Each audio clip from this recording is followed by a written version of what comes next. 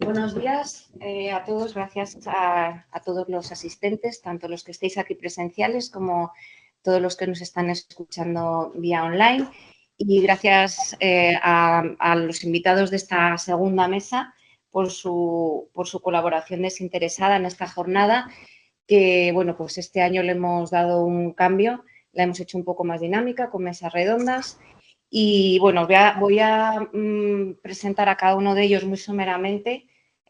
Primero porque ellos tienen currículums muy extensos que no, que no nos da tiempo a comentar. Y segundo, si quieren añadir alguna cosita, pues ya os autopresentáis si me he comido alguna cosita. Bien, de primeras van a intervenir Jaime Paniagua, logopeda con mucha experiencia en el entorno del daño cerebral, en el campo del daño cerebral adquirido y en disfagia en particular. Ahora mismo te presento como logopeda y asesor científico y de innovación en el grado de logopedia de UNIR, que creo que estabas trabajando con texturas, ¿puede ser? Estudiando en... Estoy en una investigación, pero eso es con la Universidad Pública de Navarra. Ah, vale, pues estamos entonces... estudiando las texturas para personas con disfagia. Vale, y entonces estás como profesor en el grado entonces de logopedia de UNIR, de la Universidad de La Rioja. En su intervención va a participar conjuntamente Patricia Murciego, que está online, que está en Valladolid y que, resumiendo también su perfil, es logopeda, doctora en Ciencias de la Salud por la Universidad de Valladolid, y ambos son coordinadores entre otros, de este libro que está en 2 volúmenes, Disfagia de la evidencia científica a la práctica clínica, junto con otros autores, pero bueno, con un peso muy importante que mide un poco también el conocimiento y el grado de experiencia que tiene en este campo de la disfagia. El siguiente invitado es el doctor Julio Prieto Montalvo, jefe del Servicio de Neurofisiología Clínica del Hospital Gregorio Marañón, que, bueno, pues dado ese perfil nos va a hablar de la estimulación magnética transcraneal. Y en último lugar, no menos importante, Sara Magallares, logopeda en el Centro Europeo de Neurociencias, que los que habéis podido echar un ojo al programa va a hablarnos de la ecografía también en el abordaje de la disfagia. Al final es una segunda mesa donde nos vamos a ir un poquito más allá de la intervención logopédica, en este caso más tradicional, a otras técnicas más actuales, aunque lleven ya muchos años en funcionamiento, pero otras técnicas más allá de la tradicional en el tratamiento y en la intervención del paciente con disfagia. Bueno, pues no me enrollo más y entonces, de primeras, esta mesa yo les pedí que, dada la especificidad un poco y complejidad a veces de la temática que nos ocupa, pues que dieran unas pequeñas explicaciones, unas pequeñas ponencias sobre las distintas técnicas de las que vamos a hablar en esta mesa. Van a comenzar Jaime Paniagua y Patricia Murciego, que les pedí que su intervención fuera conjunta. Y en principio, bueno, la pregunta que yo quería que de primeras nos respondieran es que cómo ha cambiado el abordaje en la disfagia en los últimos 20 años y nos hagan ¿cómo se hace? Una vista, sí, tenemos un distractor por aquí, nos hagan una visión, ¿no? Vía dron de qué es lo que ha pasado con la disfagia y la intervención en los últimos 20 años. Adelante. Vale, pues... Vale, bueno, pues me oís bien, ¿verdad? Sí. ¿Se me oye bien? Vale, perfecto. Vale, bueno, lo primero, darle las gracias tanto a Laura como al CIADAC por invitarnos a estas jornadas. Siento muchísimo no estar de forma presencial, pero para mí era mucho más sencillo poder conectarme online. Y bueno, dar las gracias también al CIADAC por permitirme hablar con mi compañero Jaime, que como ha dicho Laura, los dos compartimos, además de la coordinación, ¿no?, de varios libros de disfagia, trabajamos juntos también en la UNIR, los dos somos profesores de la universidad, así que es un placer poder hablar con él hoy. Bueno, nuestra ponencia iba un poco con lo que acaba de comentar Laura, ¿no? ¿Cuál era el papel en los últimos 20 años de la logopedia dentro de la disfagia y cómo se había modificado, ¿no? Su manera de trabajar y de abordar en el ámbito sociosanitario, no solo a nivel de hospitales, sino también de residencias, centros ambulatorios, porque al final la disfagia no solo se trabaja en hospitales, sino en muchas localizaciones, ¿no? Donde bueno, pues el paciente esté y necesite ese abordaje. Entonces, nosotros nos hemos planteado estos 4 puntos dentro de la ponencia. ¿Cuál es el papel real del logopeda en la disfagia? ¿Qué avances hay en investigación? Y luego Jaime hablará sobre el abordaje de la disfagia basado en evidencia en la seguridad y la incorporación de las tecnologías asequibles. Entonces, ¿cuál es el papel, ¿no?, del logopeda realmente dentro de la disfagia? Comentar que realizando una revisión el año pasado por un pequeño estudio que estuvimos haciendo sobre el papel multidisciplinar o el tratamiento multitransdisciplinar de la disfagia, hicimos una revisión primero de la Ley de Profesiones Sanitarias y después de los libros blancos de cada una de las profesiones implicadas. Dentro de la Ley de Profesiones Sanitarias no se nombraba la disfagia porque además los objetivos dentro de la intervención de cada profesional son bastante vagos, ¿no? Se podría decir, o sea, como muy diluidos, ¿no? Técnicas específicas de la profesión hablan. Bueno, no, claro, no sabemos exactamente cuáles son esas técnicas, ¿no? Pero, sin embargo, dentro de los libros blancos sí que especifican el tipo de patologías que tenemos que trabajar y cuáles son, ¿no?, nuestras funciones dentro de ella. Y en el único libro blanco en el que se nombra la disfagia es en el ámbito de la logopedia. Tenemos muchas más profesiones, por supuesto, que están implicadas, como es el nutricionista, como es el fisioterapeuta, el terapeuta ocupacional, por supuesto, el equipo médico, ¿no?, que está detrás, neurólogo, otorrino, endocrino, hay muchísimos profesionales. No sería imposible, ¿no?, que nosotros como logopedas pudiéramos trabajar solos, pero la realidad es que en el único libro en el que se especifica la disfagia es en el de la logopedia. Nos dice que nosotros lo que vamos a hacer es ayudar a ese diagnóstico. Por supuesto, nosotros no damos diagnósticos, tiene que ser un equipo médico, pero nosotros ayudamos en ese diagnóstico y luego realizaríamos como la intervención más específica, aunque colaboraría, por supuesto, el equipo de nutrición, como ya sabemos por otros estudios que existen, ¿vale? Dentro de nuestro papel también se habla de la importancia de la actualización constante y eso es fundamental. Y por eso Laura quería hablarnos, ¿no?, de estos últimos 20 años de la intervención en el ámbito de la disfagia. Tenemos que estar constantemente actualizados, tenemos que leer, ¿no?, qué evidencia científica existe sobre la intervención y evaluación, porque es súper importante la evaluación de la disfagia. Es algo que en muchas ocasiones se nos olvida y pensamos que solo tiene que realizarlo el equipo médico y no es así. El equipo médico va a realizar una evaluación y nosotros primero vamos a colaborar en esa evaluación, ¿no?, más a nivel posiblemente instrumental, y después la evaluación clínica se describe en muchos manuales de logopedia que lo tiene que realizar el propio logopeda. De hecho, la Asociación Europea de Trastornos Deglutorios, que durante muchos años fue coordinada o dirigida por el doctor Pere Clavé, que seguro que muchos de vosotros lo conocéis por ser el inventor o creador del test volumen viscosidad, como la guía, ¿no?, que ellos marcan de cómo trabajar la disfagia, lo primero que dicen es que un logopeda debería ser la persona que primero haga ese screening en cualquier área, ¿vale? O sea, en cualquier localización, sea un hospital, sea un centro de día, sea una residencia. A partir de ese screening, ¿vale?, de esa confirmación, entre comillas, ¿no?, de que esa persona puede presentar una disfagia, ahí se haría la valoración instrumental por parte de un equipo médico.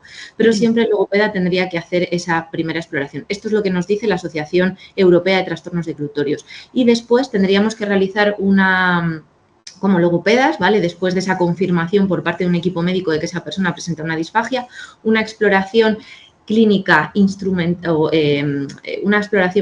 clínica avanzada en el que nosotros analizaremos el tipo de alimento que es capaz de deglutir con el paciente, valoraremos si en el caso que es una disfagia neurógena pares craneales, valoraremos a nivel respiratorio la coordinación respiración-deglución, valoraremos la capacidad de tos, o sea, muchos aspectos, ¿vale?, que es importante que un logopeda también tenga en cuenta. A partir de esta exploración nosotros marcaríamos objetivos terapéuticos específicos ¿vale? Que sería una terapia individualizada. Nunca nos va a servir marcar el mismo tratamiento a varias personas, eso ya lo sabemos, no solo en la disfagia, sino en cualquier otro tipo de patología. Y es un error bastante constante el intentar hacer recetas, ¿no?, para el paciente. La evidencia científica nos dice que eso no puede ser, que tienen que ser terapias individualizadas y que además hay que trabajar mucho con el entorno, hay que manejar ese entorno. Jaime, ¿podemos pasar un segundín? Entonces, hemos estado revisando, ¿vale?, en los últimos años una de las bases de datos más utilizadas, que es PubMed, ¿vale? Y en ella veis ese esquema, como desde 1800 ya se crean, ¿no?, estudios sobre disfagia, pero que en los últimos 20 años es cuando más se está estudiando la disfagia. O sea, que Laura tenía razón en esto de hablar, ¿no?, sobre los últimos 20 años y qué está pasando con la disfagia en el ámbito de la logopedia. Y la realidad es que eso, que se están haciendo muchísimos estudios sobre evaluación y sobre tratamiento en el ámbito de la logopedia y a nivel inter o multidisciplinar, ¿de acuerdo? O sea, no solo van a ser estudios para logopedas. Lo que se ha visto es eso, un incremento de las investigaciones, que eso hace que tanto nuestras evaluaciones como nuestro tratamiento tenga una base científica, ¿vale? No es algo que nosotros tengamos que inventarnos, sino que hay ciertos estudios que nos dicen, ¿no?, qué tipo de herramientas utilizar, qué tipo de screening utilizar o qué tipo de técnicas de rehabilitación. Dentro de todos estos estudios hay una guía que queremos resaltar, que fue publicada el año pasado, que es la guía práctica de la disfagia orofaringia y que en ella lo que se ha hecho es una revisión de los últimos 20 años sobre la evidencia científica de la disfagia y marcado una serie de pautas que yo creo que son muy interesantes tener en cuenta en la jornada en la que estamos hoy hablando. Lo primero, eso, que se han incrementado muchísimo las investigaciones, y después hablaba de los dos campos fundamentales. Uno, la evaluación, y otro, el tratamiento. Dentro de la evaluación nos decía que tenemos que utilizar screening que sean que tengan una validez fuerte, ¿vale?, que tenga una sensibilidad alta, que tenga una sensibilidad interna, una sensibilidad externa, ¿vale?, que sean con estudios estadísticos detrás potentes, ¿de acuerdo? Y eso nos permitía acertar más en el tipo de exploración que nosotros vamos a realizar. Uno de los screening que más sensibilidad tiene, ¿vale?, dependiendo de, por supuesto, el tipo de disfagia. Pues, por ejemplo, para la disfagia neurológica, que es el 80% de las disfagias, sería el GUS, ¿vale? No, hay otro tipo de test existentes, pero el que más evidencia científica dentro de la disfagia neurógena sería el GUS, que estamos acostumbrados a utilizar habitualmente otro tipo de screening. Entonces, sería importante revisar, ¿no?, los estudios estadísticos de cada uno de los screening para, como nos dice esta guía, utilizar los que mayor evidencia científica tienen en cada uno de los tipos de disfagias existentes. No es lo mismo valorar una disfagia por una enfermedad neurodegenerativa, no es lo mismo que sea por un daño neurológico o por un paciente con un problema oncológico, ¿no? Entonces, dependiendo del tipo de disfagia, deberíamos de utilizar un screening u otro. Esto es lo que nos indica la guía. Nos indica también que la videofluoroscopia era la técnica más utilizada hasta el momento, pero que los estudios científicos actuales nos dicen que la calidad de un FES sería muy similar a una videofluoroscopia, aunque en muchas ocasiones tienen que complementarse. Esto es lo que nos comentaría esta guía a nivel de evaluación, y que, por supuesto, los logopedas tenemos que hacer esa evaluación que comentábamos anteriormente, esa exploración antes de nuestros tratamientos, siguiendo unas normas sobre el tipo de disfagia, ¿no? Lo que os decía, si es una disfagia neurológica, pues habrá que valorar de forma exhaustiva todos los pares craneales implicados en la deglución, la fuerza lingual, a nivel respiratorio. Y luego nos habla también de síntomas asociados a esa disfagia. Nos dice que hay que poner bastante en duda el pulsiosímetro porque no es una técnica eficaz, pero que siempre hay que unirla dentro de nuestra exploración, ¿vale? O sea, que no podemos utilizar solo el pulsiosímetro, sino que hay que unir a otro tipo de síntomas, ¿no? Por ejemplo, uno de lo que más nos habla esta guía sería la voz húmeda, que actualmente es uno de los síntomas con más evidencia científica, ¿vale? El asociar esa voz húmeda al riesgo de aspiración del paciente, ¿vale? O sea que, bueno, como veis, nos pone bastante O sea, nos habla mucho de la actualización y nos dice muchas cosas que a veces pensamos que estamos realizando de forma correcta y que la evidencia científica nos dice que no es así, ¿de acuerdo? Así que esta guía os la recomiendo. Y dentro de la parte de tratamiento nos habla mucho sobre la fuerza de la lengua y la fuerza de los constrictores. Tienen muchísima evidencia el trabajo en estos dos músculos, ¿vale? En varios, ¿no? En los músculos de estas zonas podríamos nombrar. Reduce muchísimo el porcentaje de aspiraciones en los pacientes. También nos habla del uso de las técnicas sensoriales, ¿vale? Tiene cada vez más evidencia científica. Y aquí asociado a los factores TRP, no sé si os suena, son unos factores que se han estudiado tanto aquí en España como en Japón, han sido las dos áreas en las que más se han estudiado. Es una serie de factores que reaccionan, ¿vale?, a cierto tipo de alimentos o sabores, como puede ser la capsaicina, puede ser el mentol, ¿vale?, los sabores ácidos, y lo que se ha visto es que estimulan el reflejo deglutorio. Y se están haciendo varios estudios con fármacos que lo que permiten es activar estos factores TRP antes de empezar a alimentarse y, por lo tanto, la persona tenga mayor capacidad para poder deglutir. Podríamos hacer un resumen. Así, además de trabajar esa fuerza en la musculatura lingual y en sus constrictores, además de las técnicas sensoriales y estos factores TRP, esta guía nos habla también del uso de la electroestimulación, ¿vale?, del Vital Steam o de otro tipo de aparatos de electroestimulación. Se ha visto que cada vez tienen más evidencia científica en el uso de estas técnicas, pero siempre asociadas a la propia acción, ¿vale? Se ve, o la guía y los estudios nos indican que simplemente el hecho de poner este sistema no sería lo suficientemente eficaz, sino que nosotros lo que tenemos que hacer es trabajar esa función deglutoria, ¿vale?, para poder mejorar la capacidad del paciente y evitar esas aspiraciones. Y también nos hablan del uso del biofeedback, que nos va a hablar ahora mi compañero Jaime. Muchas gracias. Vale, pues al hilo de lo que ha introducido mi compañera, también nosotros queríamos romper una lanza por el papel del logopeda dentro de la parte de evaluación y de diagnóstico, y creo que esto viene muy bien porque podemos hilar cosas que han sucedido también en la mesa primera, en la que se ha hablado mucho de la necesidad de la presencia del logopeda, y de hecho, además, yo quiero agradecer a Susana por cómo ha normalizado el que ella trabaja en una evaluación completamente normal con un logopeda, y yo creo que eso sería lo que deberíamos hacer, no normalizar que sea normal que una persona a día de hoy entre en una unidad de disfagia y no le vea un logopeda. Yo creo que deberíamos ser más combativos con ese mensaje y deberíamos más decir, no, pues lo ideal es que yo voy a todas partes, logopeda, médico rehabilitador, y evaluamos en todas las fases, porque lo que nos va diciendo la ciencia e incluso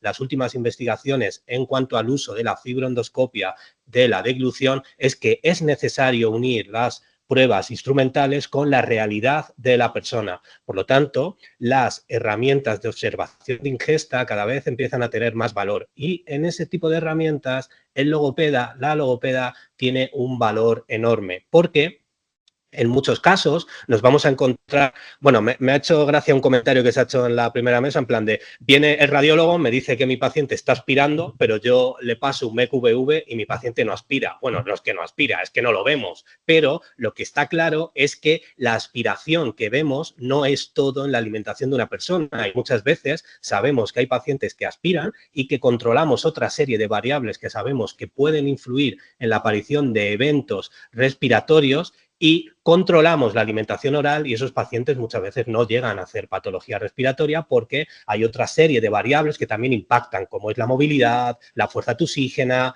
la higiene oral. Eso ¿quién lo sabe? Todo un equipo. Y dentro de ese equipo, el papel del logopeda es fundamental para que ese paciente no acabe desarrollando una neumonía, y nos tenemos que acostumbrar a que las evaluaciones no es aspira, no aspira, sino el paciente tiene riesgo de aspiraciones, ¿qué probabilidad de éxito le podemos ofrecer? Porque al final la evidencia científica son un conjunto de algoritmos, de estadísticas matemáticas, donde al paciente le vamos a dar un camino, y ese camino va a ser la mayor probabilidad de éxito. Y una cosa que vemos es que se confunde lo que es un cribado con lo que es una evaluación. Es decir, yo puedo tener un cribado que son herramientas rápidas que normalmente pasan profesionales capacitados, donde, por ejemplo, el pulsioxímetro puede ser una variable que el cribado me dice que use. Pues yo la uso. Ahora, los metaanálisis nos están diciendo que no existe relación entre el uso del pulsioxímetro y la aspiración. Por lo tanto, si yo luego me planteo una evaluación clínica o una observación de ingesta, a lo mejor el que yo esté pendiente de una variable que no me va a aportar información hace que no esté pendiente de otras variables que sí son importantes, como puede ser cambios en la voz, la tos, cambios de posturas, otro tipo de variables que son importantes en la observación de ingesta. De hecho, los profesionales especializados normalmente pasamos de evidenciar la eficacia y la seguridad a realizar una observación donde lo que buscamos es una eficiencia lo más segura posible. Es decir, nuestros pacientes van a tener problemas de eficacia en la mayoría de los casos, pero necesitamos que implementen comportamientos orales para manejar los alimentos de la manera más segura posible. Y eso se hace en equipo. Y eso los logopedas tenemos un papel muy importante que deberíamos empezar a normalizar. A mí no me entra en la cabeza que falte un médico en el equipo. Y si yo mañana doy una charla y digo, en mi equipo no hay un médico, todo el mundo va a decir, ostras, ¿cómo es posible? Bueno, a mí me gustaría que de aquí a 10 años se haya normalizado tanto el papel de los logopedas a que en la próxima charla la gente se eche a la cabeza cuando en un servicio donde se diagnostica la disfagia no hay logopedas, ¿vale? Por lo tanto, esa observación de ingesta, ese papel dentro de la evaluación, da valor a las pruebas instrumentales. Es más, en pacientes crónicos complejos, sabemos que esas pruebas muchas veces no se pueden hacer y es gracias a la observación de ingesta de un profesional donde se va evidenciando una alimentación oral lo más segura posible. Pacientes crónicos, demencias avanzadas. Bueno, a mí el término parálisis cerebral no me gusta, pero normalmente es el diagnóstico que se utiliza. Es decir, tenemos una serie de pacientes donde solo viendo su ingesta y sus comportamientos es donde podemos ir a tomar decisiones en cuanto a su alimentación, porque recordad que al final la evidencia lo que nos da es una probabilidad que tenemos que intentar que sea lo más alta posible y para eso tenemos que tener en cuenta las variables que realmente importan. Y, por supuesto, no debemos de olvidar nunca el papel del asistente de alimentación, cuidador, familiar, entorno, llámalo como quieras, pero normalmente, por lo menos en los servicios donde yo he trabajado, tanto en hospital público como hospital privado, en otorrino y en rehabilitación, siempre la persona que acompaña en el camino de la disfagia al paciente, que suele ser un familiar o un cuidador, está presente en la evaluación y su información es muy importante tenerla en cuenta porque es muy típico yo veo que en la evaluación ocurre esto, pero el cuidador me dice, bueno, pero es que en casa ocurre esto otro, tendremos que evaluarlo y conectarlo, porque al final la alimentación oral es un conjunto de variables y yo creo que eso desde la logopedia se cubre muy bien esa parte de conexión entre el alimento, la persona, el cuidador y la parte clínica. Entonces, simplemente animaros a leer, tener las mejores evidencias y a creer que esto es muy importante en nuestra profesión como el valor que aporta a la disfagia y en la disfagia al final siempre el abordaje va a ser transversal, es decir, somos todos iguales, vamos todos a una, nadie es más que nadie y yo creo que ahí eso es algo que yo os invito a que os valoréis porque es los logopedas que me estén escuchando, que sepan que hacen mucho por la vida de las personas que padecen disfagia.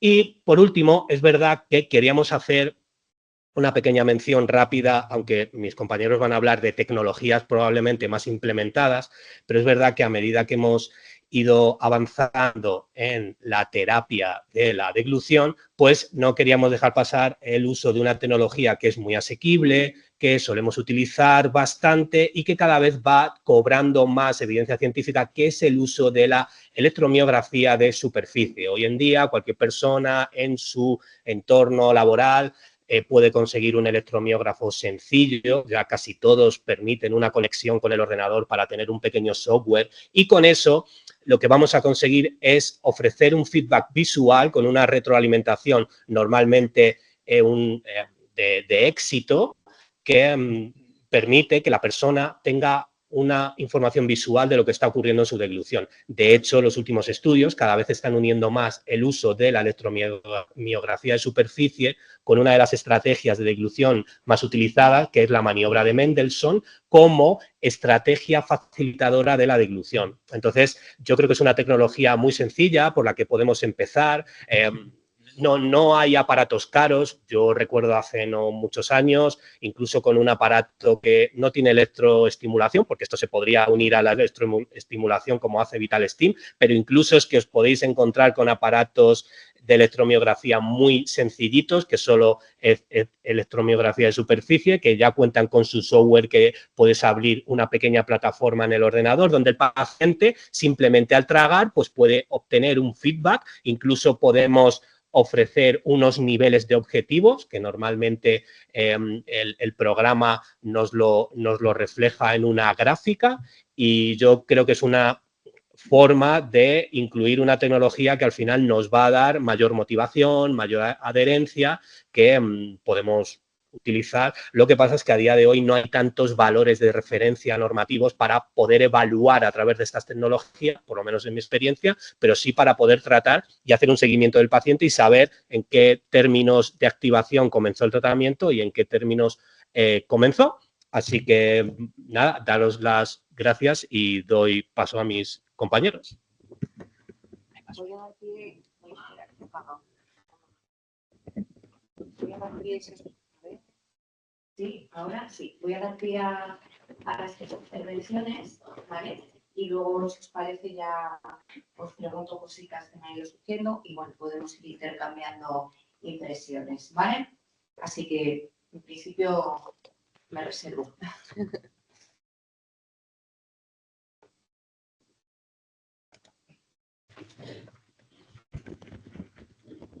Bueno, buenos días a todos. Sí, está. Bueno, en primer lugar, dar las gracias sobre todo a Laura, ¿no?, como organizadora de la mesa, por haber dado la oportunidad de que estemos aquí y contar qué se puede hacer con técnicas de neuromodulación. Aunque vayamos a hablar sobre todo de estimulación magnética, de RTMS, creo que hay que saber que hay muchas más técnicas, que esto no es exclusivo de la estimulación magnética y que, bueno, pues la neuromodulación, que es cualquier técnica que nosotros podamos utilizar para modificar la actividad del sistema nervioso, se ha desarrollado muchísimo en los últimos años. Clásicamente se habla de modulación invasiva y no invasiva, pero sobre todo el área de la NIPS, de la neuromodulación no invasiva, es la que ha tenido más desarrollo. Y dentro de toda esta multitud de siglas que veis aquí, que son cantidad de equipos distintos de neuromodulación y faltan unos cuantos, hay dos que se han desarrollado especialmente, que son la estimulación de corriente directa, la TDCS, y la estimulación magnética transcraneal. La TDCS es la más sencilla de las dos. De hecho, consiste en pasar una corriente continua de baja intensidad, estamos hablando aproximadamente de 2 miliamperios, que lo que produce es un pequeño cosquilleo en la cabeza del paciente, y es una técnica que es muy fácil de aplicar. Nosotros tenemos dos polos, un ánodo y un cátodo, colocamos el ánodo y el cátodo en la cabeza del paciente y se establece un dipolo de corriente entre los dos. Para resumir las cosas, y aunque sea un poco mentirilla, sobre todo mentirijilla, especialmente en el caso de la estimulación magnética, cuando nosotros ponemos un ánodo en la cabeza, pues en la corteza que hay lo que hacer es aumentar la excitabilidad de esas neuronas, aumentar la excitabilidad de la corteza. Y en el caso del cátodo pasa lo contrario, lo que hacemos es que disminuimos la excitabilidad de la corteza. Es decir, simplificando todavía más, donde yo pongo el ánodo, estimulo, excito, activo. Donde pongo el cátodo, inhibo. Entonces, ¿cuál es la principal ventaja de la TDCS? En primer lugar, el precio. Equipos son baratísimos. Los más caros te pueden costar 6.000, 7.000 euros, pero por 1.800, 1.900 euros podéis conseguir un equipo. Incluso me parecen precios inflados porque realmente lo podemos hacer hasta con una pila de petacas, si nos apuramos, ¿no? O sea, con una pila de las gordas que chupábamos, bueno, vosotros sois muy jóvenes. Los que somos un poco más mayores sabemos que las chupábamos para que diera cosquillas, ¿no? Bueno, pues incluso con una de esas pilas podríamos conseguir un equipo de TDCS. Lo que quiero transmitiros es la simplicidad del equipo. La segunda parcela muy positiva, es que es un equipo que es muy portátil. Son equipos de este tamaño, con lo cual, si tú le enseñas al paciente a ponérselo en la consulta y lo haces varias veces con él, eso nos permite decirle al paciente, llévatelo a casa y póntelo tú y dentro de 15, 20 días vienes y vemos cómo va.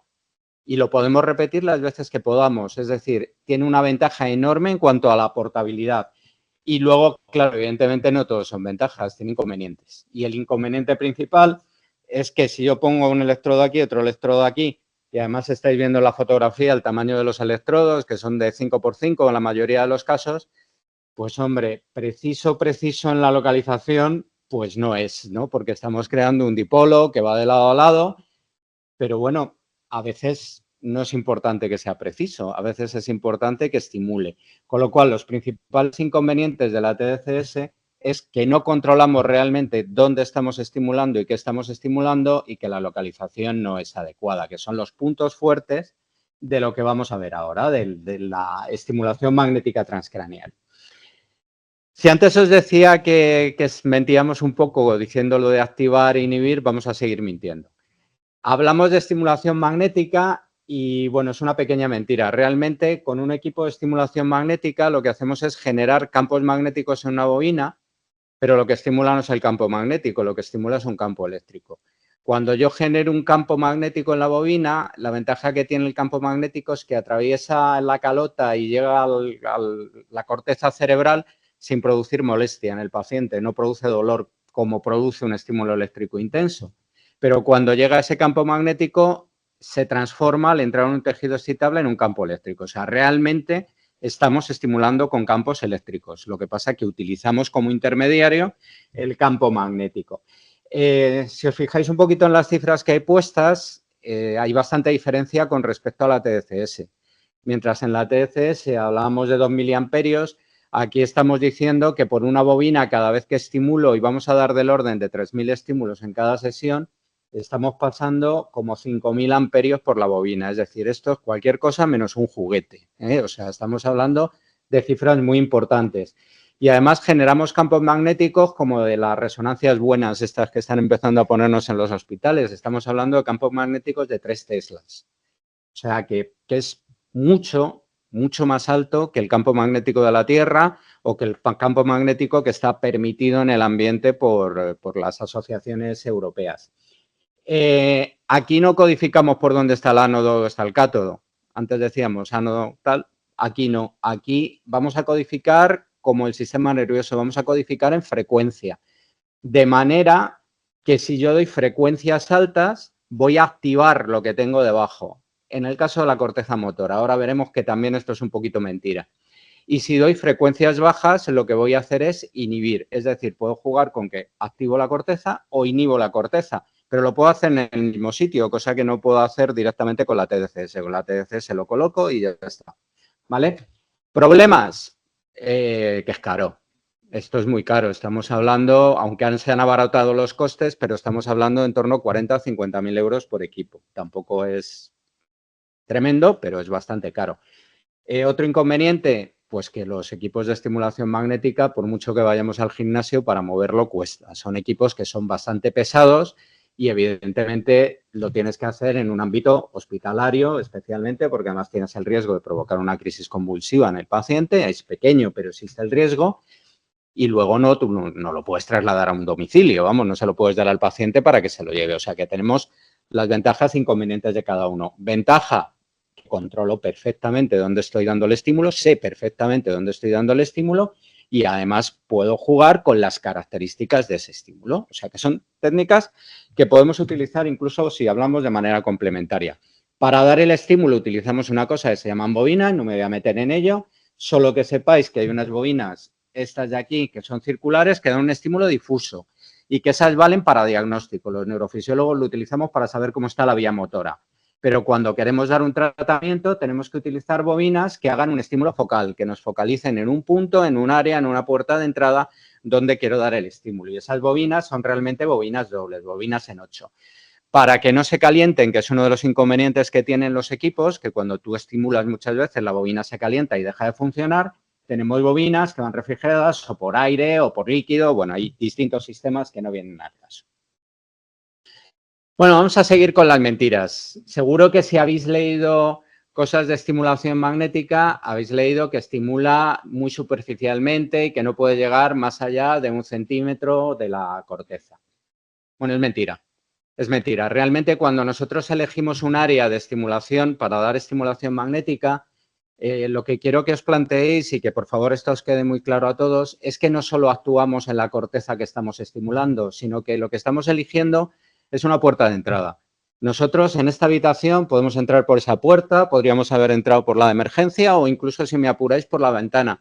Podemos entrar al mismo sitio por varios sitios. Y eso es lo que ocurre con la estimulación magnética. Este trabajo que os pongo aquí es un trabajo clásico y lo que quiero que veáis es que si yo estimulo aquí en corteza premotora, fijaros que consigo efectos muy a distancia. Incluso si vemos en los cortes transversales, pues vemos que incluso en profundidad. Es decir, cuando leáis en un artículo que están estimulando corteza motora o que están estimulando corteza prefrontal, no os quedéis solo en eso. Realmente lo que estamos haciendo es entrar en una serie de vías y lo que estamos estimulando es una vía. Estamos estimulando una serie de neuronas que acaban en estructuras profundas que están implicadas con una función. ¿De acuerdo? Eso es muy importante que lo sepamos.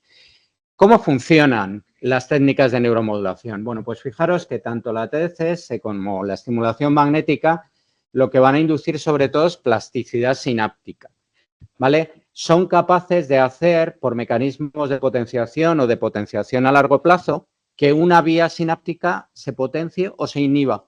Ese es el mecanismo básico. Pero, sin embargo, en la RTMS se han visto, en la magnética, se han visto nuevos mecanismos que van apareciendo con el tiempo, que vamos descubriendo y que yo creo que tienen mucha importancia. El primero de ellos es que somos capaces de cambiar niveles de neurotransmisores, pero ojo, no como con la pastilla. Si yo os doy una sertralina, voy a aumentar la serotonina, pero la voy a aumentar urbi et orbi, donde caiga. No selecciono. Con esto seleccionas. Somos capaces de aumentar neurotransmisores en áreas determinadas o en circuitos determinados, ¿vale? ¿Qué más hacemos? Pues uno de los descubrimientos últimos ha sido ver su implicación en la inflamación cerebral. Se sabe que podemos alterar con la estimulación magnética los niveles de interleuquinas, provocando un aumento de las que son antiinflamatorias y una disminución de las que son proinflamatorias. Y luego lo último, que a mí me parece la bomba, especialmente en los pacientes con ictus, es que, bueno, los investigadores tienen la mala costumbre de no sacrificar humanos para comprobar estas cosas. Entonces, todo esto está hecho en rata, de lo cual es limitable, ¿no? Pero se ha demostrado que en ratones hay neurogénesis después de dar la estimulación magnética. Este trabajo, si queréis mirarlo, me parece un trabajo espectacular, es un trabajo del 2018 y es el que primero demuestra la existencia de neurogénesis. Lo que hacen es que provocan ictus en unos ratoncitos, luego los sacrifican, ven el tamaño del infarto y ven que los ratones que han recibido estimulación magnética, el tamaño del infarto es mucho menor y la recuperación es mucho mayor. Esto se ha demostrado en varios trabajos posteriormente, ¿vale? Entonces, hacen el estudio, llevan a más y ven además que se producen nuevas neuronas y no solo que se produzcan nuevas neuronas, sino que esas neuronas se dirigen hacia la zona del infarto. Creo que esto en lesiones crónicas cerebrales es de vital importancia, sobre todo si en algún momento comprobamos que esto en humanos es real. ¿Limitaciones? Bueno, pues primero que el cerebro de un ratón es mucho más pequeño y mucho más simple que el de un humano. Y segundo, estas cosas negras que veis por aquí en la bobina, ¿no? Mientras que yo os estoy diciendo que los humanos podemos estimular una zona muy circunscrita, en el ratón probablemente le esté estimulando hasta el dedo gordo del pie. Porque la bobina, por muy pequeña que sea, por muy bobinas de investigación que sean, son bobinas enormes que con seguridad nos están estimulando prácticamente toda la corteza cerebral. O sea que tenemos limitaciones para extrapolar, pero creo que los avances son muy significativos. Bueno, y ahora os voy a hacer un spam directamente ya, con lo cual podéis iros ya si queréis, porque la pregunta que venís haciéndoos todos es esta. ¿Funcionan realmente las técnicas de neuromodulación en la disfagia? Sí, funcionan. Funcionan claramente, además. En todos los metaanálisis que hay, el tamaño del efecto lo dan como un tamaño de efecto moderado, en torno a 3 y pico, ¿vale? Pero yo de aquí quiero destacar varias cosas. Este trabajo es un trabajo muy interesante porque compara distintas técnicas de neuromodulación, ¿no? Compara la estimulación eléctrica faríngea, la estimulación neuromuscular, el TDCS y la RTMS. Y lo más relevante del trabajo es que, salvo la estimulación eléctrica faríngea, que dicen que no vale para nada, el resto de las técnicas de neuromodulación funcionan y funcionan especialmente si las hacemos junto a terapia convencional. Es decir, ya no me vale la pregunta típica que iba a salir. Yo es que en mi centro solo tengo TDCS, yo es que en mi centro solo tengo neuromodulación y he leído. Da igual, si lo tienes, úsalo. Úsalo, porque los resultados son un poquito mejor en RTMS, pero muy poco. Con lo cual, si tenéis cualquier otra técnica de modulación que podáis utilizar, utilizarla, porque el paciente se va a ver beneficiado. Y luego otra cosa que se puede hacer es cruzarlas. Que no te funcione con una de las técnicas de neuromodulación no quiere decir que no vaya a funcionar con otra. Y desgraciadamente ahora no podemos predecir con cuál va a funcionar. Entonces, hacerlo. Y bueno, como curiosidad, parece que a los asiáticos les funciona mejor que a los caucásicos. No sabemos por qué, pero a los asiáticos va mejor. Otro detalle interesante de este trabajo. Fijaros que las técnicas varían en lo que mejoran, ¿no? El NMS mejora el tránsito faríngeo, sobre todo, mejoran todas todo, pero sobre todo mejora el tránsito faríngeo, la RTMS sobre todo el tránsito oral y la TDCS sobre todo la aspiración. Es muy preliminar, pero a lo mejor en un futuro nos puede permitir seleccionar pacientes para qué técnica utilizar en función de lo que veamos en el diagnóstico. ¿En qué se basan los protocolos de tratamiento? Bueno, se basan en esto que supongo que lo sabéis mucho mejor que yo, que es el modelo de inhibición competitiva interhemisférica.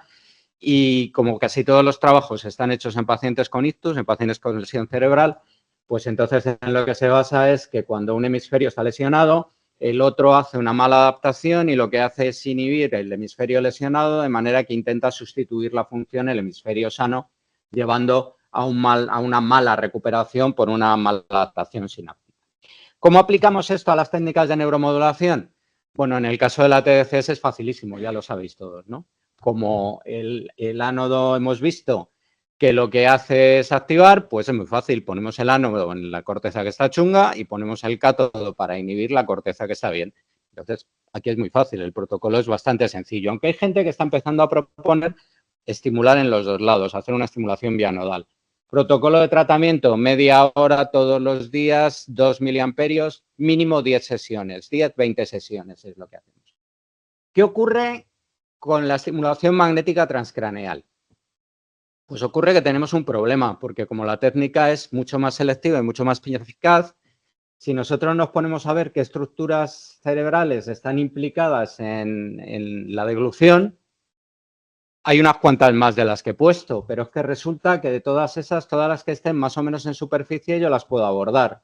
Y las que no están en superficie las puedo abordar por una vía indirecta, ¿no? Entonces, la verdad es que la cantidad de sitios que podemos estimular es enorme y, por lo tanto, la variabilidad en los trabajos científicos que se han hecho es enorme, porque cada uno ha elegido un poco lo que ha creído que podía ir bueno, pero por intentar simplificar, pues la mayor parte de los trabajos y los que mejores resultados han dado es estimulando sobre la corteza motora primaria de áreas relacionadas con la deglución o últimamente con el cerebelo.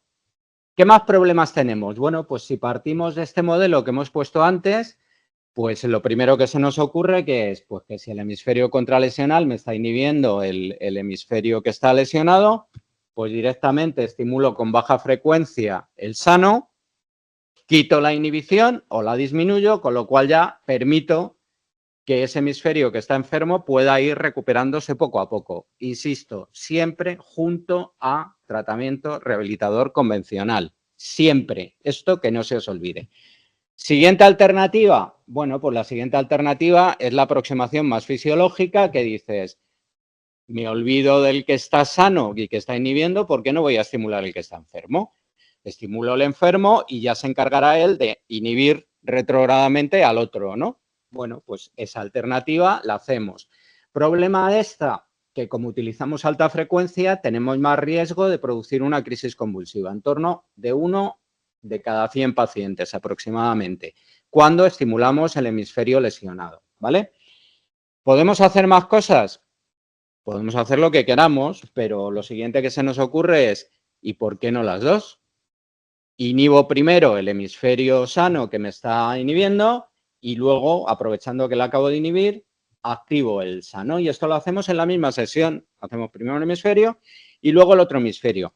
Y luego, y este es un protocolo que a mí me resulta muy atractivo por las características de la musculatura. Yo soy fisiólogo, tenerlo en cuenta que al ser neurofisiólogo esto es una tara que llevamos, tenemos nuestra pedrada, pero nuestra pedrada lo que nos dice es que cuando tenemos una musculatura que está muy en línea media, la inervación ahí muchas veces es cruzada y cuando tú tienes una lesión no es nada infrecuente que fibras nerviosas de un lado se pasen al otro para recuperar el otro lado. Entonces, a mí no me desagrada para nada activar los dos hemisferios cerebrales, porque probablemente consigamos mejores resultados. Entonces, hay muchos menos trabajos de esto, pero también con buenos resultados. Y yo creo que en algunos pacientes que no tienen un ictus claros, con lesiones bilaterales, puede ser un protocolo interesante. Lo iremos viendo en el futuro, porque de momento ya os digo que hay poca cosa. Bueno, ¿y qué se ha visto utilizando estos protocolos? ¿Cuál es mejor? ¿Cuál es el que tenemos que utilizar? Bueno, pues de todas estas posibilidades, la que mejor resultado da, insisto de nuevo, combinando con la clínica, son los unilaterales en la corteza enferma, en corteza lesionada, unilaterales de alta frecuencia y un poquito por encima de ese, los bilaterales combinando alta y baja frecuencia. De alta y alta todavía no hay evidencia como para poder apoyarlo. ¿Qué ocurre cuando damos la estimulación? Bueno, pues si os acordáis, os decía hace un momento que una de las cosas que producíamos era cambiar neurotransmisores y os hablé de la serotonina, ¿no? Bueno, pues en el caso de los pacientes con disfagia, lo que se ha visto es que el estímulo es capaz de producir un aumento de la sustancia P, tanto en el pulmón como en el núcleo del tracto solitario, y un aumento de la serotonina también ahí, bueno, y de los genes que codifican la calcitonina. Esto es especialmente importante porque la sustancia P tiene mucho que ver con el reflejo tusígeno y es muy protector pulmonar y muy protector de la aspiración, con lo cual estamos generando además un efecto muy positivo. Favorecemos la deglución y además evitamos el riesgo de aspiración. ¿Qué pasa en cerebelo? Bueno, en cerebelo hay muy pocos estudios todavía. Que yo conozca, hay solamente 5 estudios serios con estimulación en cerebelo, todos ellos con infartos infratentoriales y con muy buenos resultados. Os pongo este y nos vamos aquí al final, a lo último. Se les dan estímulo bilateral en los dos lados del cerebelo o unilateral en el lado donde tienen la lesión o con un estímulo placebo. Y fijaros, 14 pacientes en cada uno de los grupos. Cuando damos bilateral, 11 de 14 pacientes al cabo de los 2 meses no tienen disfagia. Cuando damos unilateral, 8 de 14 no tienen disfagia. Y cuando los dejamos vivir la vida loca solo con un estímulo placebo, pues casi la mitad se recuperan espontáneamente.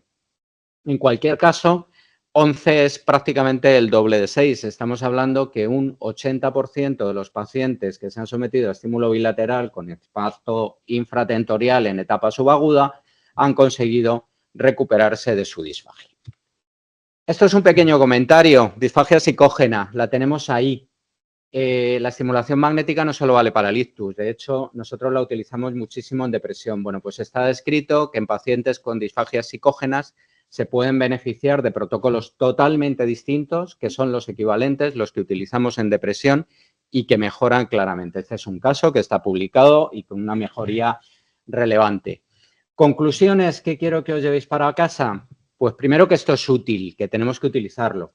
Lo segundo, que esto sea útil no significa que le casquemos varias sesiones de estimulación y que el paciente se olvide de todo, que los logopedas tenéis que trabajar ahí y que tenemos que hacerlo simultáneamente porque sabemos que las técnicas se potencian y que los resultados para el paciente son mucho mejores. Que si tenemos que elegir un protocolo con RTMS, pues que en principio por lo que hay yo me iría al bilateral con activación e inhibición. Que tenemos que esperar a ver qué pasa con esas nuevas terapias, con nuevas dianas terapéuticas, ¿no? Para ver qué ocurre con el cerebelo y sobre todo que tendremos que ver en un futuro si somos capaces de diferenciar subgrupos de pacientes que se beneficien más con uno o con otro. Luego, que os acordéis de las disfagias psicógenas, que las pobres van dando vueltas por ahí y no se sabe muy bien qué hacer, que tenemos una oportunidad haciendo tratamiento como si fuera una depresión.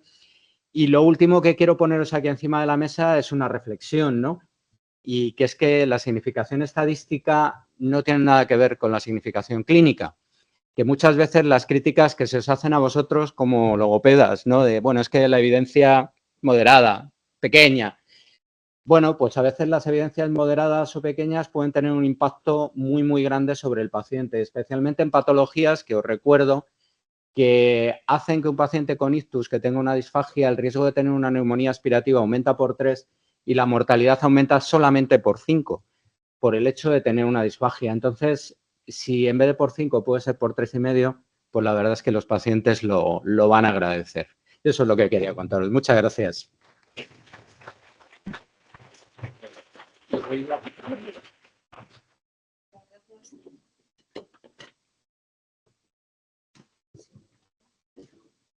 Ahora, gracias, Julio, por tu extensa y a la vez esta exposición. Lo que os comentaba, va a hablar ahora Sara Magallanes y luego os plantearé así preguntas a todos y vamos a ver si potenciamos un poco el coloquio en esta mesa. Vale, esto sí que está conectado, sí. Yo quería hablar hoy un poquito sobre ecografía. Muchas gracias a Laura también por la invitación. Yo trabajo en el Centro Europeo de Neurociencias y allí tenemos un ecógrafo y lo utilizamos tanto los fisioterapeutas como los logopedas en la práctica clínica y la verdad es que yo creo que es una técnica que puede ser muy prometedora tanto para la evaluación como para el abordaje de la disfagia. Falta todavía pues mucho camino por recorrer en ese sentido, porque pasa un poco también como lo que comentaba Jaime de la electromiografía de superficie, que todavía no hay suficientes, a lo mejor, datos normativos y valores de referencia un poco para guiarse, pero creo que puede ser pues una técnica muy prometedora en el futuro. Entonces voy a hacer así un poco breve resumen de en qué consiste y para qué se está empezando a utilizar. Bueno, es una técnica de imagen basada en la utilización de ultrasonidos y está compuesta como por 3 partes principales, que son el transductor, que al final tiene como unos cristales con propiedades piezoeléctricas que emiten haces de ultrasonidos, que son pues, sonidos superiores con una frecuencia superior a lo que podemos escuchar los seres humanos. Y entonces eso llega a los tejidos y los ultrasonidos, o sea, luego los tejidos devuelven un eco que luego llega a una unidad de procesamiento que transforma todos esos ultrasonidos, lo que le devuelven los tejidos, en una imagen ecográfica que se refleja en una pantalla. Entonces, al final, luego lo que tenemos nosotros es una imagen anatómica. En función del tipo de tejido, pues se va a ver representado de forma diferente en una escala de grises. Entonces ahí vemos, por ejemplo, pues que vamos a tener tejidos más oscuros que van a aparecer de forma más oscura en la ecografía, como por ejemplo pues los líquidos o la grasa, y luego vamos a tener otro tipo de tejidos como el aire o los huesos que van a aparecer de forma más clara, más brillante en la ecografía, que es lo que se denomina hiperecoico, mientras que el otro sería pues anecoico o hipoecoico. Tenemos diferentes tipos de sondas y diferentes tipos de modos. El modo B es como el que más frecuentemente se utiliza y es el bidimensional. Entonces ahí tenemos una imagen anatómica pues en 2 dimensiones. Luego tenemos el modo M o movimiento, que esto lo que te permite es ver estructuras móviles y entonces el movimiento se representa en una onda constante que podemos ver en la pantalla y podemos ver, pues, por ejemplo, pues cómo se contrae un músculo, cuánto tiempo se mantiene la contracción, este tipo de cosas. Y luego también tenemos los modos Doppler, que lo que hacen es evaluar el flujo sanguíneo. En cuanto a los tipos de sondas, pues tenemos sondas lineales, sondas tipo convex y sondas vectoriales. Yo tengo ahora mismo la sonda que utilizamos es la sonda lineal, pero en muchísimos, o sea, en la mayoría de los estudios, en cuanto a disfagia y demás, se utilizan sondas convex que permiten también mayor profundidad. Entonces, lo ideal sería, yo creo, empezar a tener sondas de este tipo convex. Eso un poco como conceptos básicos en ecografía. Y luego todo esto viene porque al final, bueno, la videofluoroscopia y la videoendoscopia de la deglución son como las pruebas instrumentales que están actualmente por excelencia y son, vamos, su valor yo creo que es indiscutible. Pero es verdad que, bueno, pues como todas las técnicas al final que utilizamos tienen sus ventajas y sus limitaciones. Y es verdad que estas dos también tienen algunas limitaciones. La videofluoroscopia pues expone al paciente a una radiación, no permite evaluar mucosas, no permite evaluar el movimiento de los pliegues vocales, y la videoendoscopia de la deglución pues tiene otras dificultades, como que es un procedimiento algo intrusivo. De hecho, yo cuando tengo pacientes con trastornos neurológicos graves, pues es difícil valorar la deglución en ellos con un FES de manera, o sea, ver exactamente cómo lo haría luego en su casa, ¿no? Cómo haría la deglución. Entonces es un procedimiento algo intrusivo, no permite visualizar todas las fases de la deglución, no permite como una visión completa. Entonces, aunque son súper importantes y por supuesto que hay que utilizarlas y que al final de ellas nos viene, vamos, el diagnóstico, ¿no? Pero también hay que pues, empezar a valorar y explorar otras opciones, y yo creo que la ecografía simplemente como complemento, como herramienta auxiliar, pues nos puede ser útil para la evaluación de la disfagia. Lo que se está tratando de hacer con la ecografía en cuanto a la evaluación es evaluar tanto la morfometría muscular, que yo creo que es de lo que más estudios hay de momento, de la morfometría muscular y de la cinemática de la deglución, que ahora comento un poco más en profundidad. Y luego se está empezando a desarrollar, hay algunos estudios, pero todavía están en fases iniciales de desarrollo esto, en cuanto a la ecografía para evaluar signos y síntomas de disfagia. Entonces voy a comentar un poquito sobre eso, y luego vemos también pues, cómo se podría empezar a utilizar la ecografía como técnica de intervención, que sería utilizarla como biofeedback. En cuanto a la morfometría muscular, lo que te permite la ecografía pues es valorar tanto el grosor muscular como el área cross-seccional de distintas estructuras, ¿no? Entonces podríamos valorar pues, estructuras muy implicadas en la deglución, como por ejemplo pues, la lengua, los maseteros o la musculatura suprayoidea. Bueno, también se están empezando a hacer estudios de analizando un poco más con métodos de procesamiento de las imágenes, pues ver un poco como las degradaciones, o sea, calcular otro tipo de valores tipo entropía y demás, pero bueno, grosor muscular y área cross-seccional o área transversal es lo que más se está haciendo de momento. Y sí que se están empezando a ver correlaciones entre, o sea, asociaciones entre la morfometría muscular y los síntomas de la disfagia. Y se están empezando a ver una asociación entre una pérdida de volumen muscular, por ejemplo, en el genioideo, y un deterioro de la deglución asociado. Entonces esto igual faltan todavía pues muchos estudios por hacer, pero sí que vamos, parece que va a ser algo útil en la evaluación de la disfagia. Ese es un estudio, o sea, os he puesto ahí como unas pequeñas imágenes de cómo se ve en una ecografía la región submental, colocando el transductor en la región submental justo por debajo en el suelo de la boca, pues podemos ver ahí los músculos digástricos, el genioideo, el miloioideo, y medirlos. O sea, yo con el ecógrafo, de hecho, el ecógrafo luego lo comento al final como ventaja, pero también lo bueno es que puedes hacer la evaluación en el momento, medirlo en el momento, que muchos dispositivos te dejan sacar la medida ahí y tomar decisiones rápidas también en función de eso. Luego, en cuanto a la cinemática de la deglución, se está empezando a valorar también el movimiento iolaríngeo. Es verdad que hay más estudios, yo creo, de momento sobre la relación entre el genioideo y la deglución que en cuanto al movimiento iolaríngeo, pero sí que está muy relacionado con la protección de las vías respiratorias. Entonces, se han empezado a ver diferencias entre pacientes posictus con y sin disfagia en cuanto al movimiento iolaríngeo, y se ha visto que hay una correlación fuerte entre la videofluoroscopia y la ecografía en cuanto a esta medición. De hecho, se ha establecido hasta un punto de corte en un estudio de 13,5 milímetros de desplazamiento del ioides como punto de corte para poder predecir penetraciones o aspiraciones durante la deglución. Pero bueno, aún así, eso es necesaria más investigación al respecto, porque todavía no hay suficientes estudios en este sentido.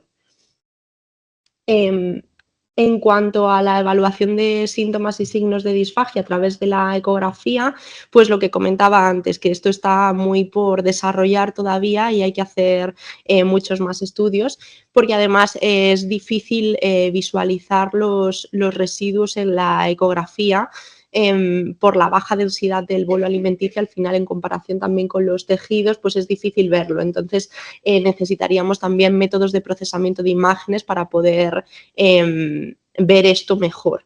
Es difícil visualizarlo, necesitamos métodos de procesamiento de imágenes y más investigación al respecto, pero bueno, en el futuro se podría utilizar como para valorar el tránsito del bolo alimenticio, detectar penetraciones y aspiraciones durante la deglución y evaluar residuos.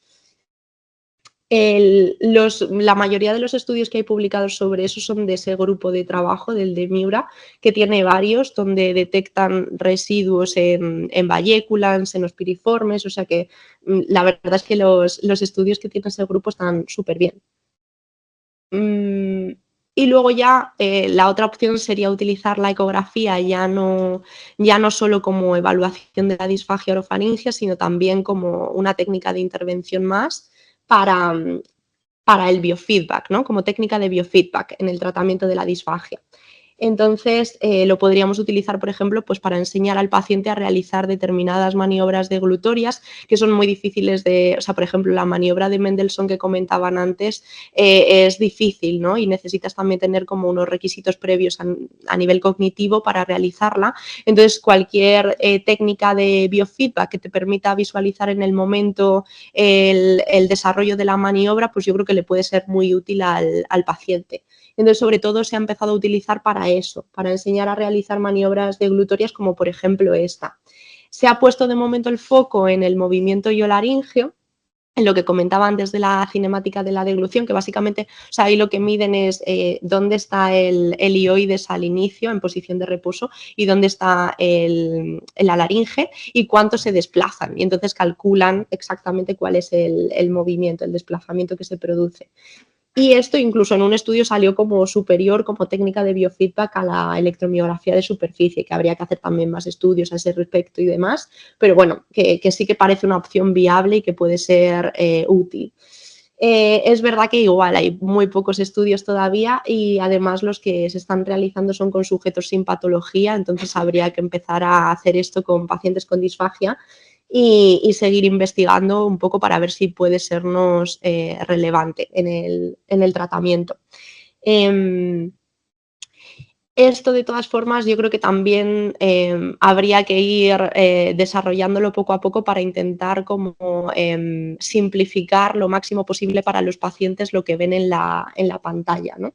Pero bueno, también se ha empezado a utilizar la ecografía como técnica de intervención en cuanto a la relajación del esfínter esofágico superior. O sea, también es posible visualizarlo e intentar, o sea, enseñar al paciente a relajarlo en el momento para favorecer el paso del bolo alimenticio. Bueno, y luego quería hacer como un resumen de ventajas y limitaciones de la técnica. Como limitaciones es verdad que necesitas pues formación al respecto, porque así sin haber hecho pues ningún curso ni ninguna formación es difícil interpretar lo que ves.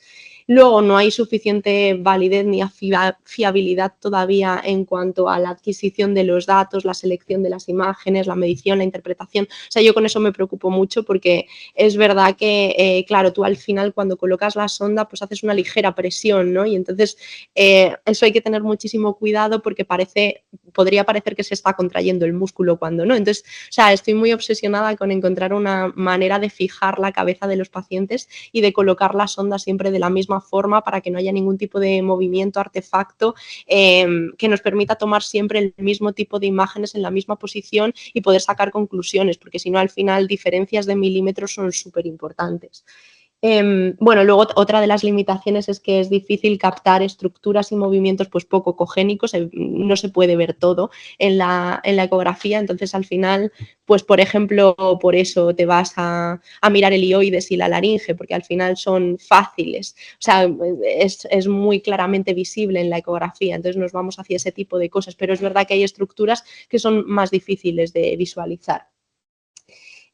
Luego también no es posible captar múltiples movimientos al mismo tiempo, con lo cual tampoco permite una visión completa de la biomecánica de la deglución, pero bueno, esos también son limitaciones que comparten otras técnicas diferentes y que aún así puede servirte como herramienta auxiliar y como complemento.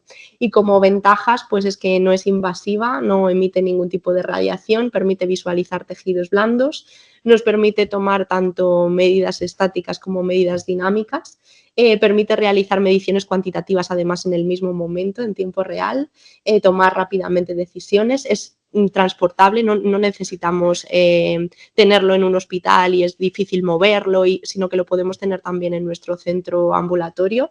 Y se puede utilizar también en pacientes complejos con bajo nivel de alerta, con alteraciones conductuales, niños. O sea que yo creo que por esa parte también es como una gran ventaja que podemos tirar de ahí. Y luego falta mucho por hacer, evidentemente, como lo que comentaba de pues, continuar obteniendo datos normativos para tener valores de referencia, desarrollar guías de práctica clínica y seguir investigando en cómo utilizar la ecografía en cuanto a la evaluación, pues, por ejemplo, para la detección de signos y síntomas de disfagia, que está todavía muy en sus fases iniciales, y seguir investigando cómo utilizarla como técnica de intervención a través de, como modalidad de biofeedback. Pero bueno, el resumen yo creo que es ese, que me parece una técnica súper prometedora, que creo que tenemos que empezar a formarnos en eso y empezar a utilizarlo cada vez más y hacer más estudios. Muchas gracias, Sara.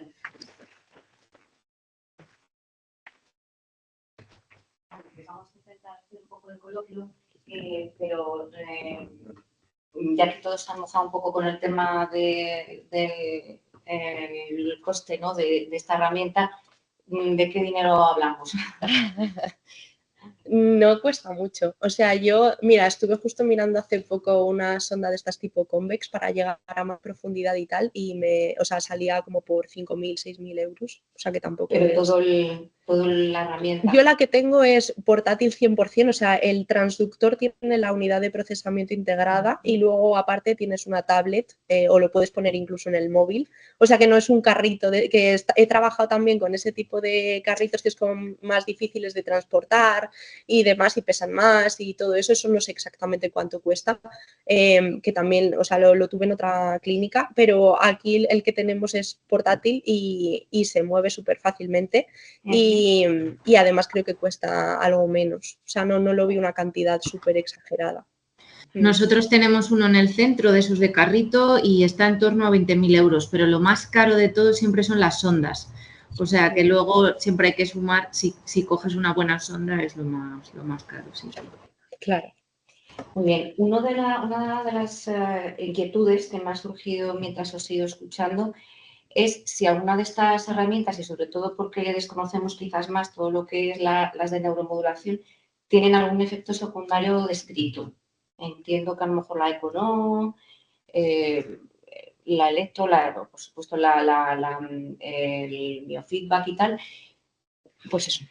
Sí, en las técnicas de neuromodulación tienen algún efecto secundario. Son técnicas muy seguras, pero tienen pocos efectos secundarios. El principal efecto secundario diferenciamos entre TDCS y RTMS. En TDCS, el efecto secundario principal es un poquito de dolor de cabeza, que es frecuente, o si no se aplican bien los electrodos o la gente le echa mucho gel, puedes producir quemaduras del cuero cabelludo. O sea que hay que tener cuidado. En el caso de la RTMS, que utilizas energía mucho más potente, los riesgos son mayores. El principal riesgo es la producción de crisis convulsiva. En sujeto normal, con protocolos estándar de 10 hercios, y vamos a los que producen crisis, ¿no? Porque a un hercio prácticamente no hay descritas. Con protocolos de 10 hercios, en población normal estamos hablando de 1/4000 aproximadamente. Un paciente produce una crisis por cada 4000. Ojo, no significa que se vuelva epiléptico, ¿vale? Es una crisis que se produce por la estimulación. No es un paciente que era normal y que luego se vaya a volver epiléptico. Y en el caso de pacientes con ictus, cuando estimulamos la corteza lesionada, el riesgo aumenta, lógicamente, y aumenta a un riesgo del 1%. Otros efectos secundarios, cefalea. Pueden producir cefalea. Es muy inhabitual que produzcan una cefalea que incapacite el tratamiento, pero en las primeras 2 o 3 sesiones sí que es frecuente que te cuenten que tienen un cierto dolor de cabeza. Y más efectos secundarios relevantes prácticamente no hay. Lo único que tenemos que tener precaución. Tenemos que ser muy precavidos con las contraindicaciones, ¿no? Por ejemplo, no podemos utilizarlo en pacientes que tengan implantes cerebrales que sean ferromagnéticos. Simplificando, si se puede hacer una resonancia, se puede estimular. Si no se puede hacer una resonancia, no se puede estimular. En el caso de las mujeres, cuidado con las horquillas, porque si estimulas y lleva una horquilla, la horquilla se calienta, no le va a pasar gran cosa, pero le vas a hacer una pequeña quemadura. Entonces, hay que ser prudente con eso. Implantes craneales, los dentales y tal, sin ningún problema. Los implantes auditivos, los cocleares, eso sí que no lo podemos utilizar en la estimulación. No pasa nada con el paciente, pero te cargas el implante, con lo cual pues no le suele gustar eso. Y luego hay que tener cuidado con los marcapasos. En principio no pasaría nada por dárselo a un paciente con marcapasos, salvo que ocurra un accidente, la bobina se desplace y entonces lo que puedes hacer es desprogramarlo, ¿no? Entonces, no es una contraindicación absoluta, pero sí que es como para tener bastante cuidado y extremar las medidas de precaución cuando lo aplicas. El tema de las mujeres embarazadas, que es tema recurrente, no hay descrita ninguna alteración ni ninguna complicación en los fetos después de las estimulaciones, pero como siempre, cuidado. Y luego en el tema de los niños, pues hay que ser bastante cauto, porque el tejido cerebral de un niño, especialmente por debajo de 6 años, es un tejido muy plástico. Y yo no sé realmente si en los adultos podemos conseguir cambios plásticos importantes, en un niño no sabemos a dónde podemos llegar. Entonces, creo que hay que ser bastante cauto y darlo específicamente en aquellos casos en los que esté muy indicado. Igual que los adultos somos más laxos, con niños hay que tener cuidado. Creo que se ha quedado sin pilas. Voy a coger esto. Compartir. Vale. Un poco al hilo de lo que me cuentas y como siempre para mí me es más desconocido el tema de la neuromodulación que llevas a cabo, pregunta para los tres, por tanto, ¿qué perfil profesional consideréis que es el capacitado pues, para aplicar estas herramientas? Puede empezar el que quiera, sin entrar en peleas. En peleas. Es un buen melón. Se pilla un poco ahí. Yo voy a hablar desde la experiencia que tengo cuando lo he utilizado. En el caso de la magnética, yo tenía la suerte de que había personal médico que era el que la aplicaba. En el caso de la TDCS que se utiliza durante la terapia, es evidente que un terapeuta la va a poder poner y la va a poder utilizar. Ahora, yo ahora mismo no sé cómo está el tema, pero yo tengo la propia experiencia personal que en su día me puse a intentar formarme en el uso de estos aparatos y yo, por ejemplo, me encontré con un muro de que a mí, por ejemplo, como logopeda no me dejaban comprar el equipo ni formarme, a pesar de que luego la evidencia decía de que yo podía utilizar ese aparato dentro de mi terapia y me metí dentro de un circuito un poco absurdo. Lo que pasa es que es verdad que yo no te puedo decir, de acuerdo con este documento, el profesional que la puede poner es este. Yo, en base a mi experiencia, yo sí he participado dentro del uso de estas terapias, pero es verdad que me he encontrado barreras. No sé cuál es vuestra experiencia.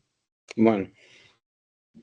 O sea, yo en mi centro lo pone el médico, el neurólogo es el que utiliza tanto es verdad, la TDCS me ha pasado lo mismo, que la utilizamos dentro de las propias sesiones de logopedia, entonces acordamos juntos un protocolo en equipo y luego ya se pone directamente y yo hago la sesión de logopedia mientras. Vamos, yo y mi compañera logopeda. Y luego en el caso de la TMS lo que hacemos es organizar también, vamos, lo hace el médico, el neurólogo, pero muchas veces hacemos también tratamiento durante o justo después. Organizamos un poco la agenda para poder tener la sesión de logopedia inmediatamente después. Sí, sí. Además, si me permitís añadir, yo siempre hablo desde la experiencia, en plan abuelo cebolleta. En el uso de la magnética transcraneal, yo, por ejemplo, es verdad que aunque mi experiencia me pasa lo mismo que Sara, tenía la suerte de tener un facultativo que era el que la ponía. En el caso concreto de la logopedia, y concreto de la afasia, yo, por ejemplo, en mi experiencia, para utilizar la magnética en afasia, hacíamos una triple intervención en el paciente, que era terapia intensiva de lenguaje, protocolo específico de magnética y uso de farmacología con donepezilo. Entonces, en ese aspecto, mi experiencia era que aunque la ponía el médico en ese momento, antes de ponerla había un razonamiento clínico en el que veíamos lesión del paciente, yo lo evaluaba y yo decía, mira, en base a esta lesión, yo he observado que estos procesos están conservados. Por lo tanto, podemos deducir que, por ejemplo, la red dorsal del lenguaje está empezando a evolucionar. Vale, ¿qué te parece si intentamos estimular esta vía, que parece que el paciente la está empezando a utilizar porque, mientras tanto, yo le voy a hacer una terapia específica de procesos fonológicos? Entonces, ¿quién pone el aparato? En ese momento el médico, pero yo me acuerdo que entre logopeda y médico, pues establecíamos el protocolo en base a lo que yo iba a hacer en la terapia. Entonces, yo creo que eso es importante también, que no es solo darle a un botón, sino que aquí es algo interdisciplinar, ¿no? O sea, que esto va más allá de quién pone el aparato y quién no. Sí, bueno, desde mi experiencia... Perdona. Que la tenemos a Patricia. Patricia, venga. Desde mi experiencia es muy similar a mis compañeros. Sí que es verdad que yo no he tenido problemas en formarme en TDCS, yo magnética no tengo formación, ni la usamos en mi centro, pero se aplica igual, o sea, se aplica dentro de la terapia, entonces somos los terapeutas, bien fisioterapia ocupacional, logopedia o neuropsicología la que la coloca, pero se llega a un acuerdo siempre y todo es en base a un protocolo con el médico rehabilitador. Julio, por favor. Bueno, yo en esta un poco en la misma línea. Yo soy muy de la opinión de que las cosas las tiene que hacer quien sepa hacerlas. Entonces, aquí hay dos aspectos que son importantes. Uno que es el perfil de seguridad de una técnica y el otro, y perdonadme, soy jefe de servicio, hay que tener en cuenta la gestión. Entonces, si a mí me preguntáis que quién debe dar estimulación magnética, desde el punto de vista de gestión, tiene que ser un servicio central, que en este caso es neurofisiología. ¿Por qué? Pues porque los equipos de estimulación magnética que tenemos nosotros, hacemos ictus, hacemos afasias, hacemos disfagias, hacemos depresión. Es decir, sacamos un rendimiento a unos equipos que son muy caros. Las tendencias estas de no, yo quiero un aparato para tratar exclusivamente 2 depresiones en un año. Bueno, pues si somos primer mundo y nos podemos gastar millonadas en equipos, pues vale, me parece bien. En el caso de la TDCS, yo creo que las limitaciones son muy pequeñas. O sea, el riesgo de producir una crisis con TDCS, vamos, es prácticamente imposible. Con lo cual, perfectamente se puede aplicar por un terapeuta, por un fisio, por quien sea, en el gimnasio. Que esté supervisado por una persona que conozca más y que te indique y que te diga, me parece perfecto, pero es una técnica que se puede aplicar y que puede estar en un cajón. Si es que es una cosa pequeñísima. Nos has comentado que incluso un poco se le forma al paciente. Yo lo hago y así. se lo lleva. Nosotros hacemos mucha más TMS que TDCS, pero nosotros hacemos formación con el paciente. No puedo tener a 25 pacientes dando vueltas por el hospital cuando es algo que pueden hacer en su casa.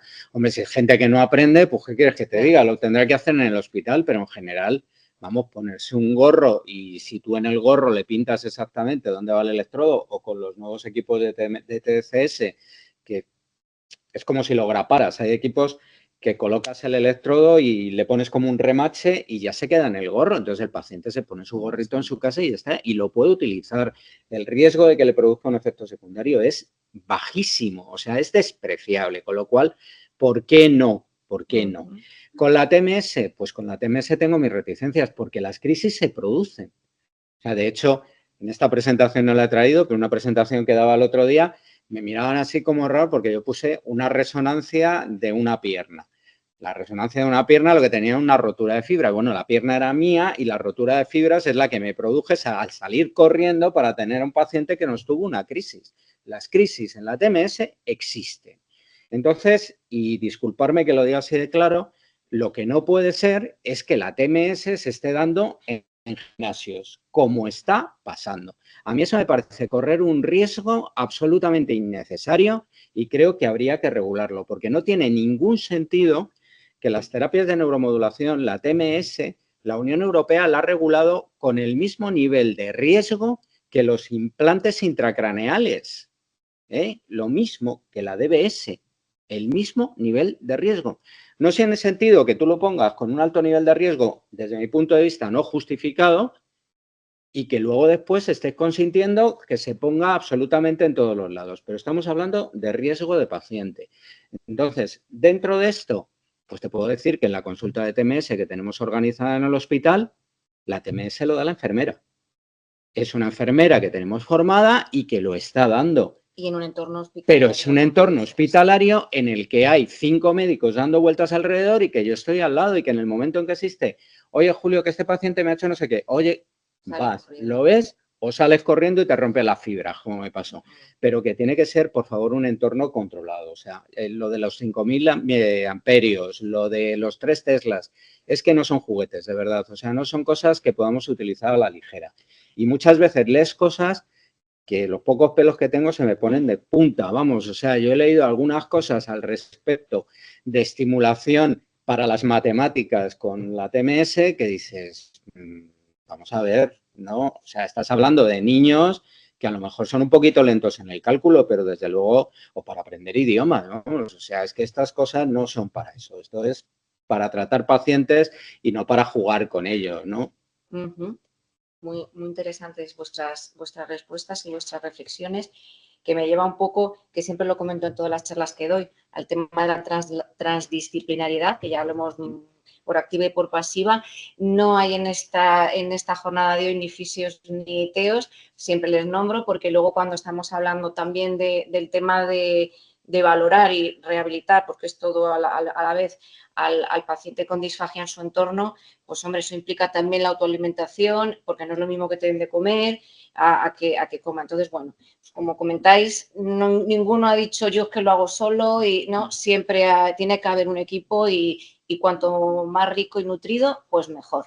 Como comentario, yo se lo decía antes. A nosotros nos mandan pacientes para hacer TMS desde cualquier lugar de España. Nosotros no empezamos a hacer la TMS si previamente no se ha visto en el hospital ni nos han pautado. Te digo para la TMS o te digo para la rehabilitación motora. Se pautan las sesiones de rehabilitación y cuando se empieza la rehabilitación, se empieza la TMS. Cuando hacemos rehabilitación del lenguaje, nosotros tenemos la costumbre, esto es bastante típico, ¿no? El antes, durante, después, porque si lo das inmediatamente después ya has generado el ambiente para desarrollar. Eso yo creo que es especialmente cierto en las primeras sesiones de estimulación, pero cuando el efecto es acumulativo como es, en cuanto llevas 5 o 6 sesiones ya da igual que lo hagas antes, que lo hagas en medio, que lo hagas después. Una de las cosas que hacemos nosotros es que lo hacemos durante.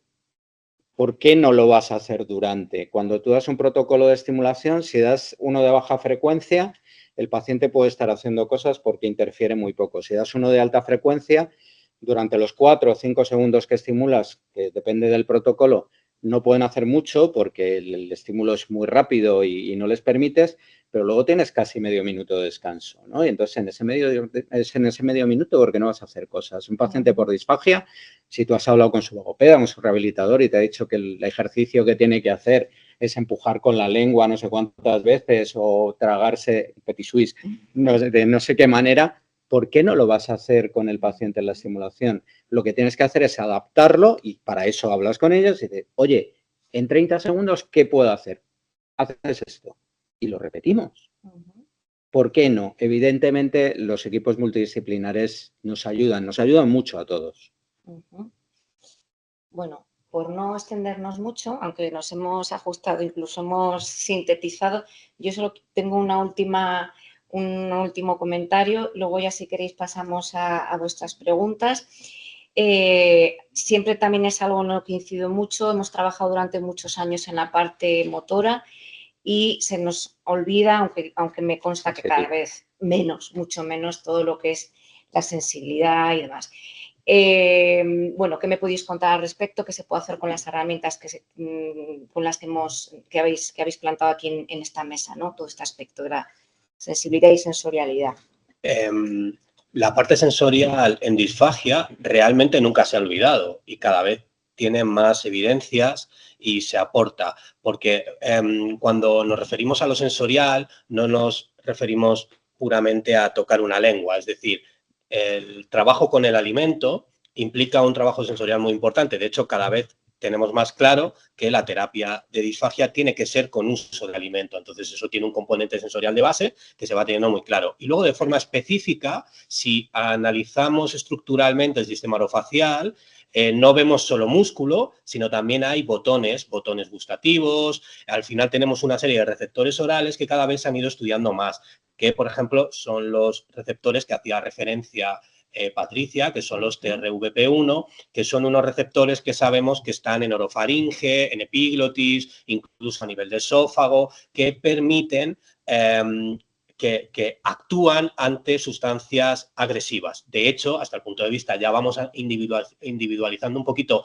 la terapia de disfagia, donde utilizamos unas sustancias para estimular botones gustativos y, por lo tanto, vamos a jugar con el gradiente de saliva para facilitar que una persona vaya manejando volúmenes grandes o volúmenes pequeños de sus propias secreciones, o vamos a estimular sustancias que favorecen la activación de receptores TRVP1, que son los que van a tener un impacto en la sustancia P a nivel oral para incrementar la frecuencia de deglución y la eficacia de la tos. Entonces, dependiendo un poquito de dónde está mi paciente, manejo mal de secreciones, disminución de frecuencia de deglución, cada vez se tiene más claro que podemos ir personalizando la intervención con uso de alimento, donde puedo utilizar sustancias que me van a estimular más la frecuencia de deglución, tipo ácido cítrico, mentolados, picantes, ya dependiendo de la cultura, geografía y costumbres del paciente, o puedo jugar con otro tipo de estímulos sensoriales que pueden ser gustativos, teniendo en cuenta que el umami y el dulce me van a generar un mayor gradiente de saliva, y luego puedo jugar con otro tipo de texturas como son los carbonatados,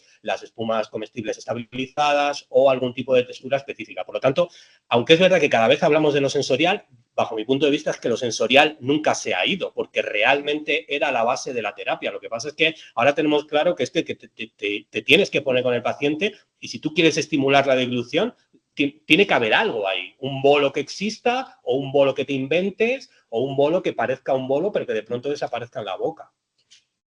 Una cosita, los logopedas en este caso, ha salido por encima, porque ya no es realmente una técnica, o sea, una herramienta que se sigue usando, pero no me parece nueva, que es la electroestimulación. La usamos, llevamos usándola mucho. ¿Tenéis experiencia no para el aspecto motor, sino eso, a nivel intraoral, para trabajar y estimular y recuperar lo que son las vías? ¿Te refieres con las canetas? Exacto, o sea, a nivel intraoral. ¿Qué experiencia tenéis? A lo mejor ahí Sara tiene más experiencia que yo. Yo, concretamente, la electroestimulación, yo la he utilizado con electrodos en base de la lengua y en musculatura perilaríngea, pero yo, por ejemplo, con canetas, yo soy sincero y no tengo experiencia en su uso, y no voy a hablar de algo que no uso, evidentemente. ¿Y Sara, tienes alguna experiencia ahí? O sea, nosotros sí que lo utilizamos. Vamos, de hecho, a nivel intraoral lo utilizamos, y a nivel submental, como dice Jaime, también utilizamos pues protocolos que no llegan a lo mejor a provocar una contracción tetánica pero de la musculatura, pero que sí estimulan a nivel sensitivo. Y en cuanto a la estimulación intraoral, o sea, vamos, sí, yo creo que puede ser útil. También sí que lo utilizamos en la práctica. Y luego con el doctor Prieto, entiendo que cómo se trabaja, eso se puede trabajar, ¿qué áreas? O sea, la parte sensitiva es más complicado, a ver, es más complicado. La parte motora para nosotros es muy fácil, porque como estimulas y tienes una respuesta, claro, incluso la puedes medir, ¿no? Pero la parte somatosensorial, los estudios que hay de estimulación, los resultados son bastante peores. Probablemente porque los protocolos no estén tan ajustados o porque no sepamos cómo hay que manejar esa corteza, porque hay trabajos que a mí me parecen muy espectaculares de que la técnica funciona con estimulación magnética repetitiva de alta frecuencia y ver la discriminación entre dos puntos, ¿no? Lo del típico test de las agujitas, ¿no? Y se ve que después de la estimulación los sujetos a los que se le ha hecho son capaces de aumentar como por 2 la discriminación, ¿no? Son capaces de discriminar agujas mucho más juntas, ¿no? Es decir, podemos producir un efecto. ¿Cómo lo podemos aplicar en la clínica? Ahora mismo no lo sé. Quizá la mejor manera sea en la parte de tratamiento convencional, entre comillas, ¿no? Trabajar la parte sensitiva con eso y nosotros actuar donde hace más efecto, que es en la parte motora. También añadir una cosa más, que lo bueno que tenemos en disfagia es que podemos poner el foco en dos sitios, porque muchas veces estudiamos solo la eficacia y seguridad de la deglución, pero muchas veces nos llevamos sorpresa cuando también analizamos la eficacia de la tos.